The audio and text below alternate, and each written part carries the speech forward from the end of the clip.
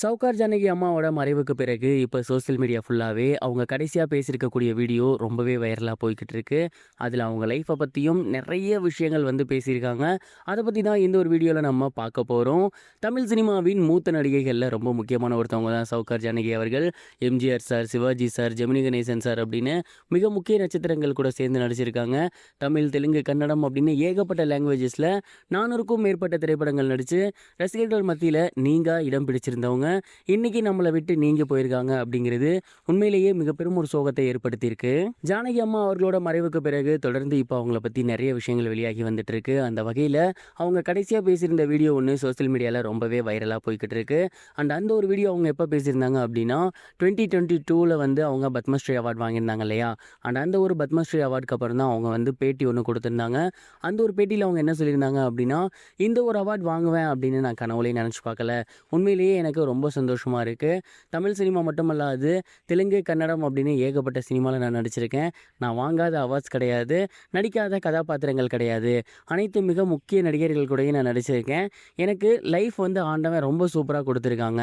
அதே மாதிரி பர்சனல் லைஃப்மே நான் ரொம்ப சந்தோஷமாக இருந்திருக்கேன். அன்பான கணவன், அழகான குழந்தைகள் அப்படின்னு என்னோட பர்சனல் லைஃப்மே நான் ரொம்ப சந்தோஷமாக தான் இருந்தேன். என் கூட ஒர்க் பண்ணியிருந்த நிறைய டைரக்டர்ஸாக இருக்கட்டும், நடிகர் நடிகைகளாக இருக்கட்டும், எல்லோருமே எனக்கு ஒரு உறவாக தான் மாறியிருக்காங்க. உண்மையிலேயே இந்த லைஃப் வந்து எனக்கு ரொம்ப ரொம்ப ஒரு அர்த்தமுள்ள ஒரு லைஃபாக மாறி இருக்கு. நான் பார்க்க வேண்டிய எல்லாத்தையுமே பார்த்துட்டேன். இதெல்லாம் தாண்டி கிடச்சது தான் இந்த ஒரு அவார்ட். உண்மையிலேயே ரொம்ப சந்தோஷமாக இருக்குது. இதுக்கப்புறம் எனக்கு என்ன ஆனாலும் எனக்கு கவலை இல்லை. ஆல்மோஸ்ட் எனக்கு 90 தாண்டிருச்சு.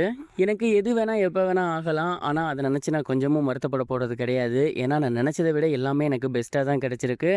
இந்த லைஃப்பை கொடுத்த கடவுளுக்கு நன்றி அப்படிங்கிற மாதிரி ரொம்பவே எமோஷ்னலாக பேசியிருந்தாங்க. அவங்களோட ரசிகர்களுக்கும் நன்றி தெரிவிச்சிருந்தாங்க.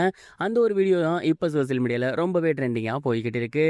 இது ஒரு புறம் இருக்க, பிரபல நடிகரான கமலஹாசன் அவர்கள் சவுகார் ஜானகி அம்மாவுக்கு தன்னோட கண்டோலன்ஸை பதிவு மூலயமா ஷேர் பண்ணியிருந்தாரு. குறிப்பாக அதில் என்ன சொல்லியிருந்தாரு அப்படின்னா, பார்த்தால் பசி தீரும் அப்படிங்கிற படத்தில் ஆரம்பித்த உங்களோட பயணம் கிட்டத்தட்ட 40 வருடங்கள் தாண்டியும் போய்கிட்டு தான் இருந்துச்சு. உங்களோட ஒவ்வொரு கதாபாத்திரமும் எனக்கு அவ்வளோ பிடிக்கும். என்னோட இன்னொரு அம்மா நீங்கள், அதை நான் உங்ககிட்டே சொல்லியிருக்கேன். நீங்கள் எனக்கு அம்மா, நான் உங்களுக்கு பையன் அப்படின்னு. இதெல்லாம் தாண்டி என்னோட குரு, அவருக்கு மிகவும் பிடித்தமான கதாநாயகி நீங்கள் அப்படிங்கிறதையும் நான் உங்ககிட்ட சொல்லியிருக்கேன். இன்னைக்கு எனக்கு அம்மாவாக இருந்த இன்னொரு பிம்பம் இல்லை. உங்களோட படங்களின் வாயிலாக நீங்கள் என்றைக்குமே எங்கள் கூட இருப்பீங்க. என்னோட அம்மா இன்னைக்கு இல்லை, ஆனால் நீங்கள் சந்தோஷமாக நிம்மதியாக போயிருக்கீங்க அப்படிங்கிற நம்பிக்கை எனக்கு இருக்குது அப்படிங்கிற மாதிரி கமலஹாசன் அவர்கள் ரொம்பவே எமோஷ்னலாக சவுகார் ஜானகி அவர்களோட மறைவு குறித்து அவரோட சோசியல் மீடியா பேஜில் ஷேர் பண்ணியிருக்காங்க. கமல் மட்டுமல்லாது இன்னும் நிறைய முன்னணி நடிகர்கள், மூத்த நடிகர்கள் தங்களோட கண்டோலன்ஸை பதிவு பண்ணி வந்துட்டு இருக்காங்க. இது வரைக்கும் கனெக்டிங் டிவிக்கு சப்ஸ்கிரைப் பண்ணனா மறக்காமல் சப்ஸ்கிரைப் பண்ணிக்கங்க.